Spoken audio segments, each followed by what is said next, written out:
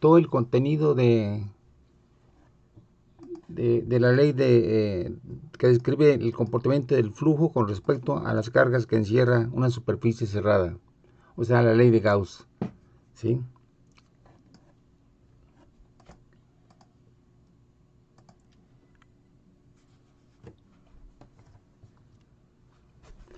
Bueno, entonces, la ley de Gauss, una vez más, vamos a repetirlo, dice lo siguiente, que si tenemos una cierta carga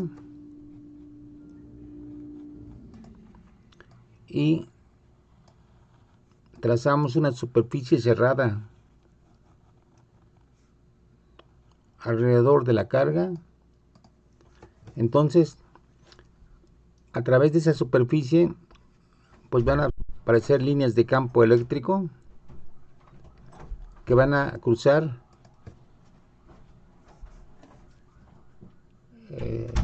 a la superficie de la esfera cerrada. Entonces, este hecho de que un campo eléctrico cruce una superficie se le llama flujo, ¿sí? Entonces, en este caso de la esfera cerrada, tenemos que la diferencial de flujo es solamente un recordatorio rápido, es igual a E punto diferencial de área o diferencial de superficie, como ustedes quieran, ¿sí? Bueno, E es un vector, ya lo hemos visto, y ds es un vector también que tiene de magnitud ds multiplicado por un vector n, ¿sí? Pero ojo, hay que tomar en cuenta esto, que n es un vector unitario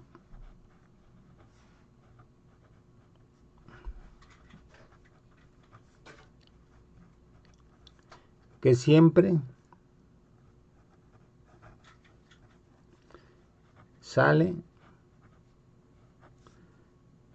de la superficie.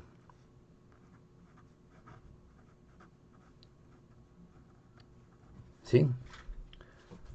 Entonces, esto es lo que nos describe adecuadamente la situación física. Bien. Entonces, ya la ley de Gauss nos dice que la integral sobre la superficie completa de E punto ds es igual a la carga que encierra Q entre epsilon. En el caso de que estamos trabajando en el vacío, pues la epsilon es la permitividad, es cero, es su índice cero. Bueno, lo que vamos a analizar son los casos en los cuales esta expresión matemática nos permite calcular fácilmente cuál es el campo, incluso para situaciones relativamente complicadas. Desde luego que nosotros podemos, si E es constante, de tal forma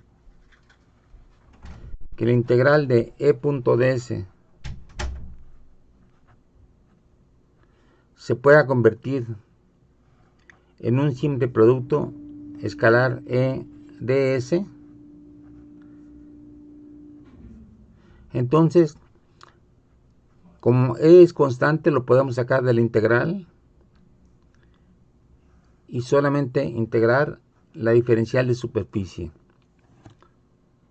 Y dependiendo del caso que estemos analizando, la superficie puede ser la superficie de una esfera o la superficie de cualquier otro cuerpo que sea geométricamente regular. Bueno, eso lo vamos a ver en esta clase, en qué casos esto puede funcionar. Bien, la clase pasada vimos que esto funciona para el caso de una carga rodeada de una superficie esférica, en cuyo caso el campo reproduce la definición que habíamos dado de campo, de que E es igual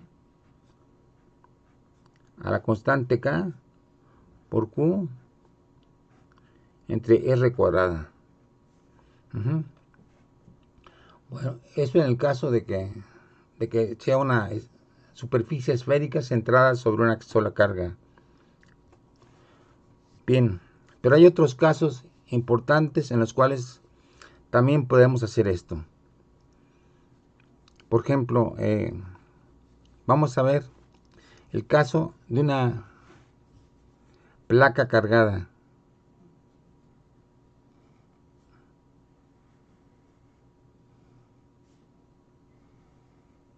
¿Sí? Vamos a suponer que esta placa tiene dimensiones infinitas. ¿Sí? Entonces vamos a ver. Suponemos que la placa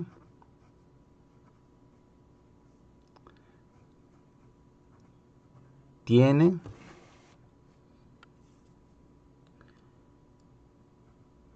una superficie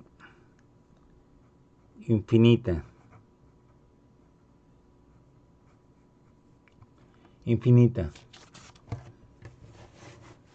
Bueno, el hecho es que este caso pues nunca se da en la realidad. No podemos tener placas con una superficie infinita.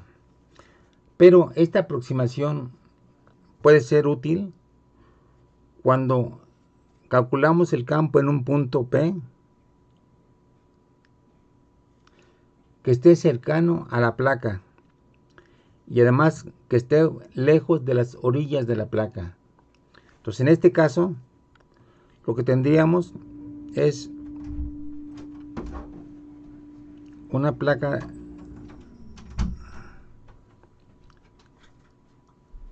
que si el punto P está cerca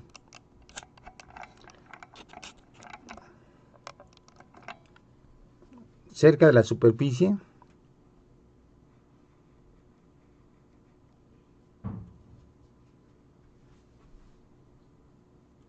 pues entonces este punto P vería que en su derredor pues hay una superficie que se extiende muy lejos, ¿sí? Como si fuera una especie de insecto que anda caminando sobre una placa, y para ese insecto pequeño, pues su derredor es como un desierto de gran magnitud. Bueno, entonces en ese caso, en que suponemos que la placa es infinita, si la placa está cargada, por ejemplo, de cargas positivas,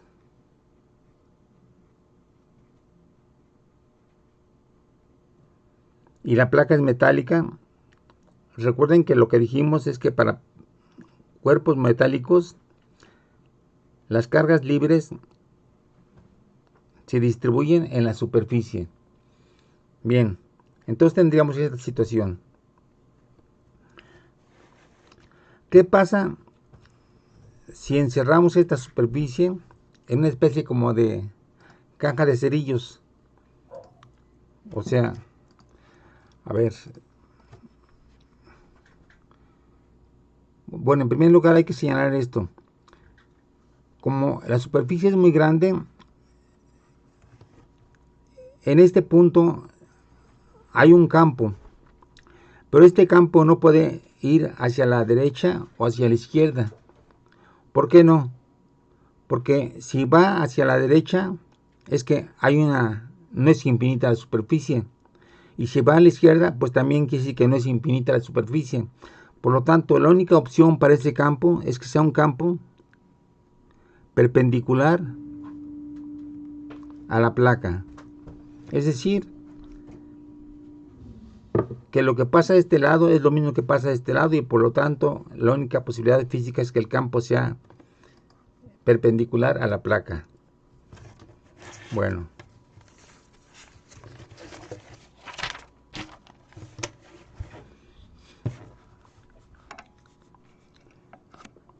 voy a tratar de hacer un esquema de cómo va a ser la superficie cerrada. Vamos a poner una plaquita así.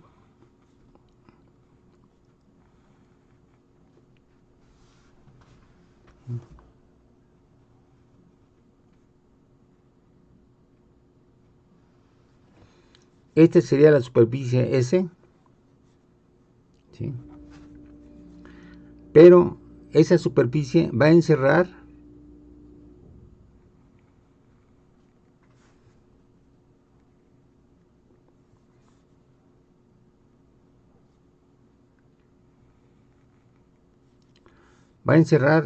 a la placa cargada.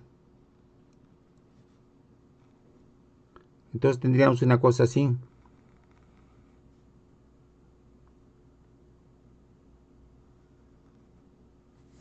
Y de este lado lo mismo. Iría la placa para allá.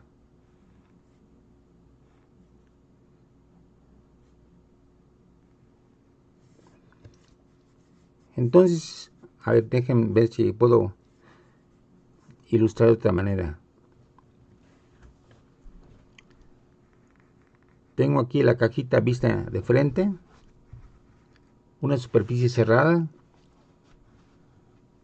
y en medio está encerrada la placa.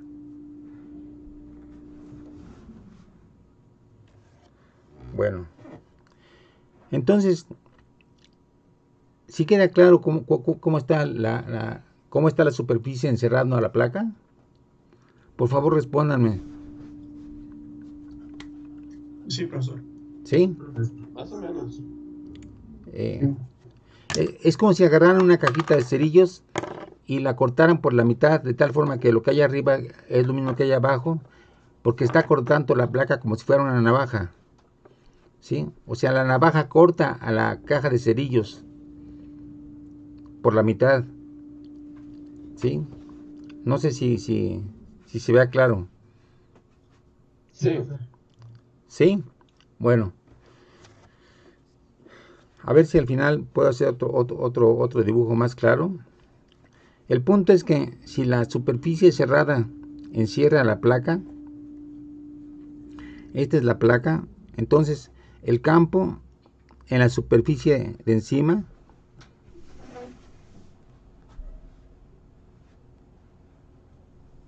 va a ser un campo perpendicular a la placa. ¿Sí? Y como hay carga tanto arriba como abajo, abajo el campo va a ser así.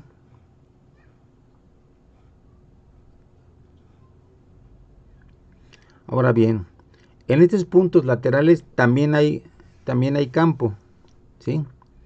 El campo, por ejemplo, en este punto sería así. Y aquí sería así el campo. Pero recuerden una cosa importante, que n es un vector que sale de la superficie. Entonces, si este es el campo y este es n, entonces para las caras laterales de la caja de cerillos, ¿cuánto va a valer el producto E.n? Cero. Cero, ¿verdad? Sí. Por el contrario, para esta parte de aquí, en que n va hacia arriba, o en este caso en que n va hacia abajo porque sale de la superficie, entonces el producto de E.n, ¿cuánto va a valer si ambos son paralelos? A ver, dígame, ¿cuánto valdría el producto E.n en estas partes de la superficie? ¿Cuánto sería? A ver, el campo es así, para parte de arriba. Y n es un vector así. Entonces, ¿cuánto vale el producto de E.n?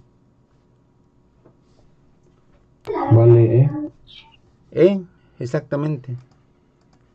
Esto vale E, ¿sí? Y entonces, ya podemos aplicar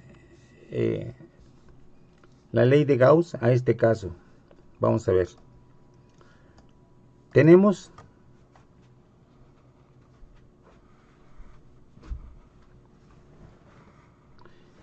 esta cara superior, esta cara inferior. Tenemos las plaquitas laterales. Vamos a llamar esta la cara 1, la cara 2, la cara 3 y la cara 4. Bueno, entonces aplicamos la ley de Gauss. E.ds va a ser igual pues a la integral en la primera cara. Integral de E.ds en 1. ¿Sí? Más la integral en 2 de E.ds. Más la integral en 3 de E.ds. Más la integral en 4, perdón, de E.ds.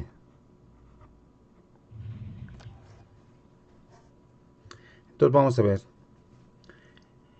En la primera cara, ¿cuánto vale E.ds?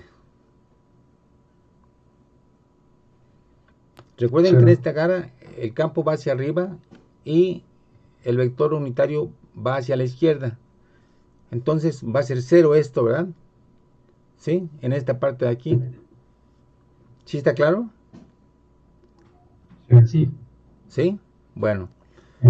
En la parte 2, el campo apunta hacia arriba y el vector unitario apunta hacia arriba. Entonces en la parte 2, ahí sí hay que tomarlo en cuenta. Entonces esta la eliminamos. La parte 2 no. En la parte 3 lo mismo pasa. El campo va hacia arriba y el vector unitario sale. Entonces son perpendiculares. Entonces, ¿cuánto vale en la cara 3 el producto de .ds? También 0. 0. 0 también. Y entonces nada más nos quedamos con eso. Entonces, como el campo es constante, ¿sí? Porque la placa es infinita, entonces lo que tenemos es que este nos da como resultado que la integral de E.ds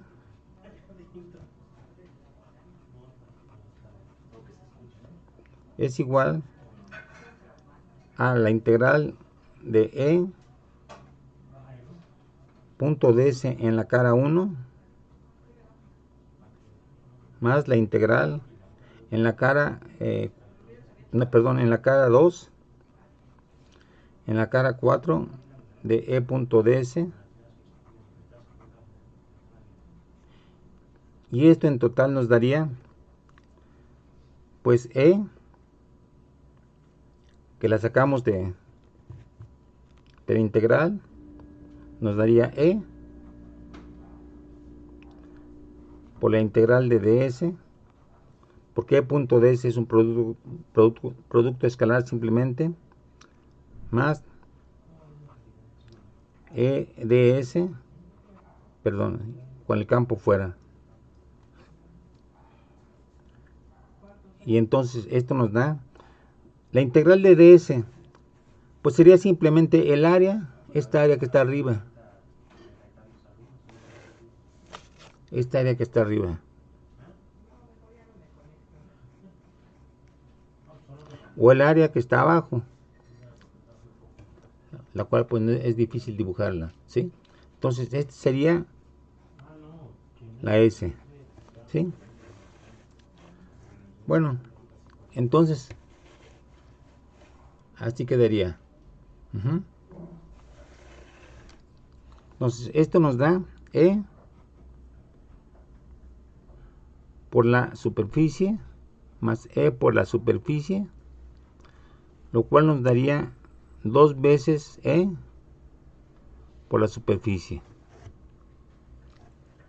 ¿sí?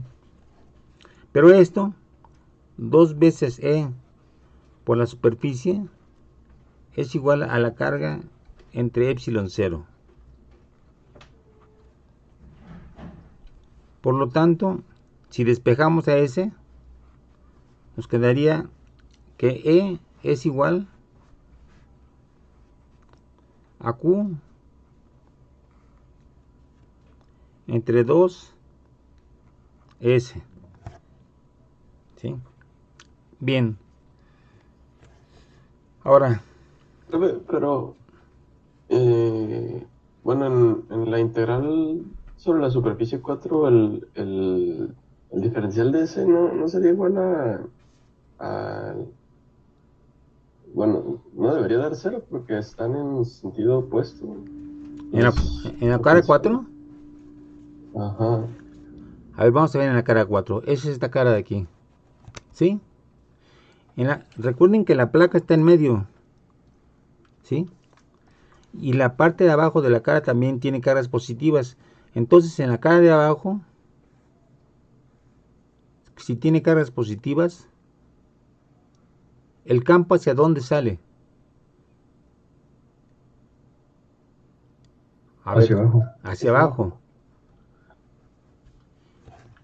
Y la diferencial de S, que es la diferencial de S por un vector unitario, en este punto, recuerden que el vector unitario siempre sale de la superficie, entonces el vector unitario hacia dónde apuntaría.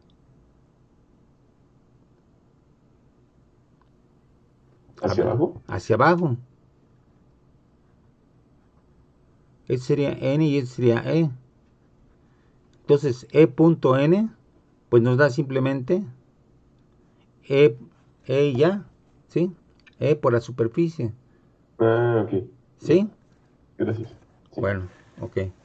Entonces, tenemos esto, este es el campo. Ahora vamos a ver. Sobre la placa se deposita la carga. Sobre la placa se deposita la carga en esta placa de aquí, que es la que está encerrada.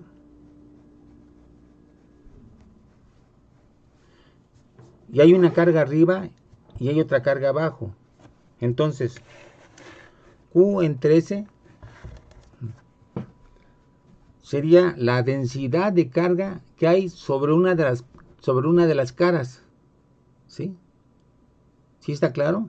Es la carga que hay sobre una cara. ¿Sí? Entonces, a esa, a esa Q entre S vamos a llamarla densidad de carga. Q entre S. Pero, Profe, una pregunta, ahí después de la flecha no faltó el epsilon cero. sí, perdón, aquí está el epsilon cero. Perdón, gracias. Sí, bueno, ok. Entonces, a la carga entre la superficie le llamamos que es una densidad. Pero ¿qué tipo de densidad es esta? ¿Es volumétrica, es lineal o es superficial? Superficial. Superficial. Superficial, ¿verdad? Porque la carga se distribuye sobre la superficie de arriba y sobre la superficie de abajo. Entonces, Q entre S es la densidad o de la superficie de arriba o de la superficie de abajo. Por lo tanto, el campo E queda expresado como la densidad de carga sobre una de las caras entre 2 epsilon 0.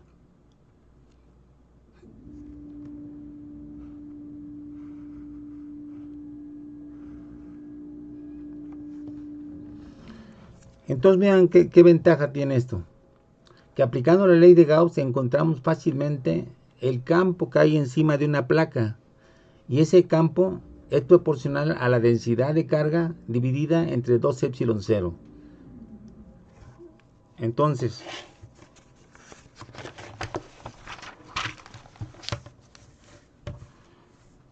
si tenemos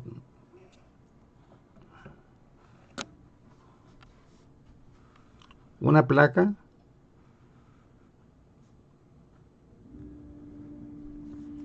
y le agregamos carga de tal forma que se distribuya la carga en la parte de arriba y en la parte de abajo, ¿sí? Entonces, automáticamente se nos va a crear un campo encima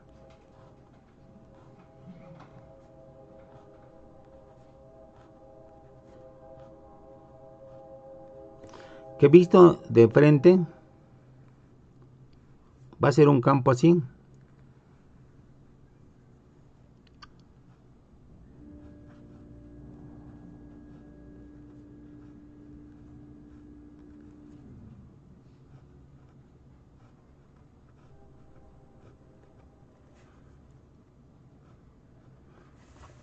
Un campo constante arriba y un campo constante hacia abajo saliendo de la placa. ¿Y cómo calculamos este campo? Pues simplemente ese campo va a ser igual a la carga que agregamos entre 2 epsilon 0. Pero recuerden, es importante esto, esta densidad de carga es la densidad de carga sobre una de las placas, sobre una de las caras, ¿sí? Hay una sigma arriba y hay otra sigma abajo.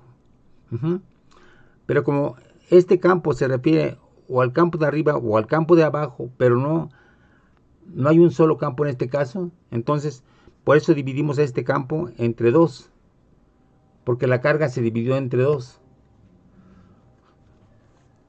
Bueno, entonces en este caso lo que físicamente hemos construido es un artefacto que es muy útil porque nos proporciona no un campo radial, sino un campo que es constante, ¿sí? Y esos campos constantes tienen mucha aplicación en la física experimental. Bueno, ya no falta mucho tiempo para que termine esta parte de la sesión. En cuanto termine nos vemos en 5 minutos, ¿sí? Pero bueno, vamos a seguir. Entonces ya tenemos un caso en el cual es sencillo encontrar el campo. Por ejemplo, podemos decir lo siguiente. Tenemos una sigma de 8 por 10 a la menos 6 coulombs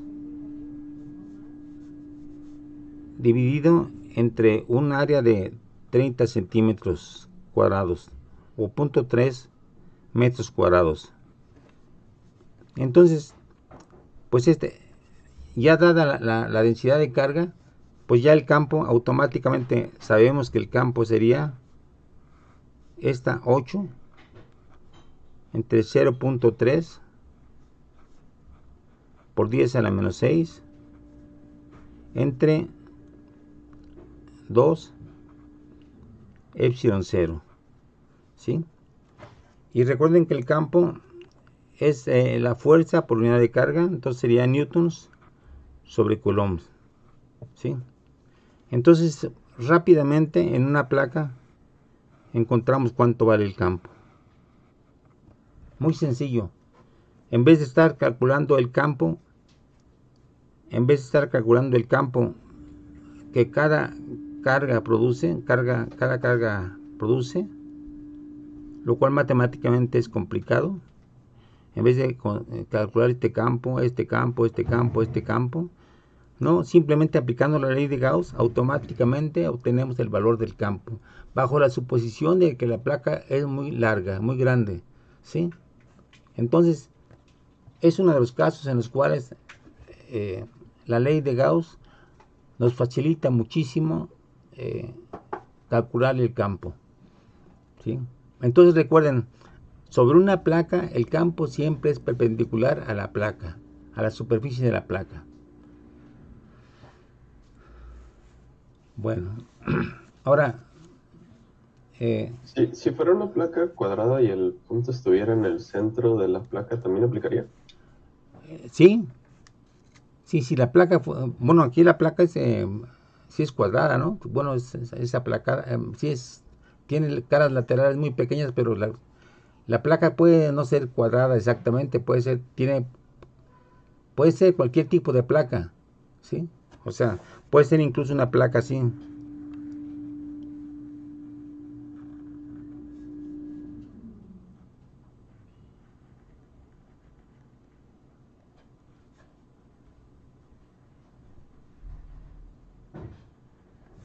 Sí, puede ser una placa así, pero con carga.